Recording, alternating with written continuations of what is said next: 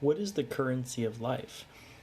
This is a really kind of deep question for me because there's so many things in life we trade in, right? We trade in time, we trade in money or gold or silver or items, things, food.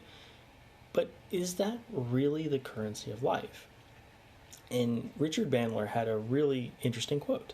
He says, "The currency of living is how you spend the moments of your life." And initially, my thought was, how do I answer this question? I was like, time usually is, in my opinion, one of the most important things because time is a resource that we can't get back. It's something that's always going. It's not like we can hit pause and be like, oh, I'm going to save this moment. So you think, I was like thinking, time's probably it. But then Richard Bandler said, it's how you spend the moments of your life. So it's not just time is precious, but it's the utilization of that most precious limited resource, time. So how are you spending those moments? Are you spending it in frustration or anger or anxiety? Or are you spending it in love, in peace, in harmony? So where our emotional home is where we tend to spend most of our time. If we are angry as our emotional home, we are going to find anger in more moments than not. If we're anxious as our emotional home, we're going to find anxiousness in our moments of our life. So our life then becomes anxious or angry or happy or sad, whatever our emotional home is.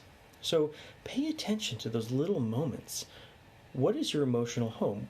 Immediate reaction of where you go to as your base emotion. And what's really cool is we can change that. Your emotional home is a trained response.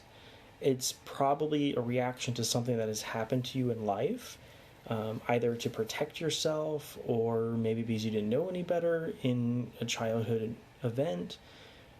Things that may have worked then don't necessarily work now.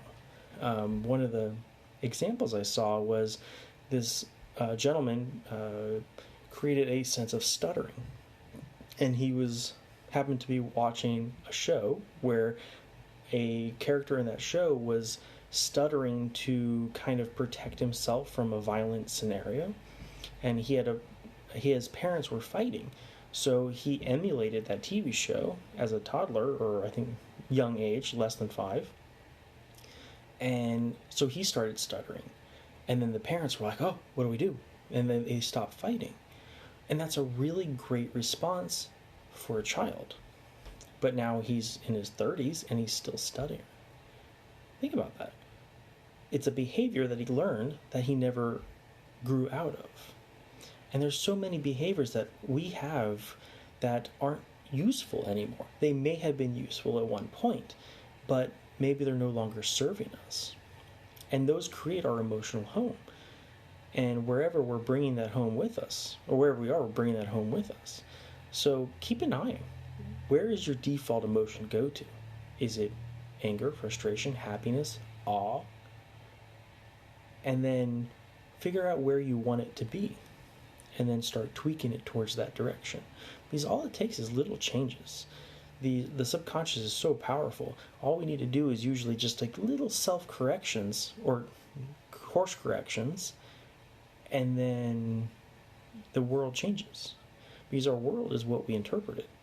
So that's why it's so powerful. And if you don't know how to do that, reach out to me. I would love to work with you, teach you how to do it, maybe get you there even faster. Otherwise, I look forward to hearing from you and have a wonderful evening.